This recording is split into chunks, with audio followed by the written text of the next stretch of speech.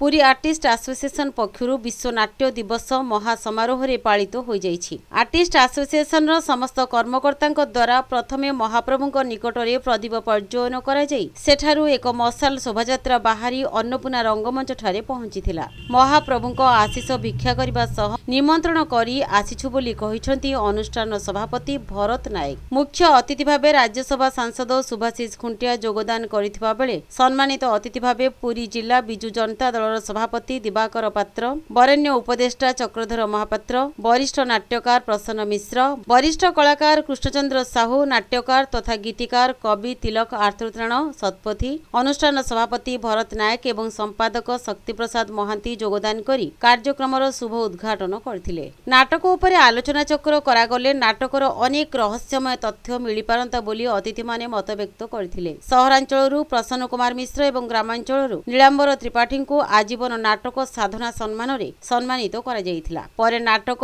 पीढ़ी मंचस्थ करा जायथिला, जहार निर्देशना देइछंती लक्ष्मीधर मिश्र। समस्त कार्यक्रम को अनुष्ठान सदस्य कृष्णचंद्र साहू, समीर सतपथी, भारती महापात्र, प्रताप कुमार साहू, सविता हरिचंदन, शुभस्मिता राउतराय, मनीषा महांती, प्रदीप प्रधान, विकास दत्त, रविनारायण त्रिपाठी, दीपक कुमार महांती, गणेश महापात्र, अभ्युदय दास, नरसिंह महापात्र, प्रताप कुमार साहू, देवी प्रसाद मिश्र, उमा साहा, गोपीनाथ पूजा पंडा, अनुप पट्टनायक, हिमांशु पृष्टि प्रमुख परिचालना करथिले। श्यामप्रकाश सेनापति मंच परिचालना करथिबा बेले संपादक समस्तଙ୍କୁ धन्यवाद अर्पण करथिले।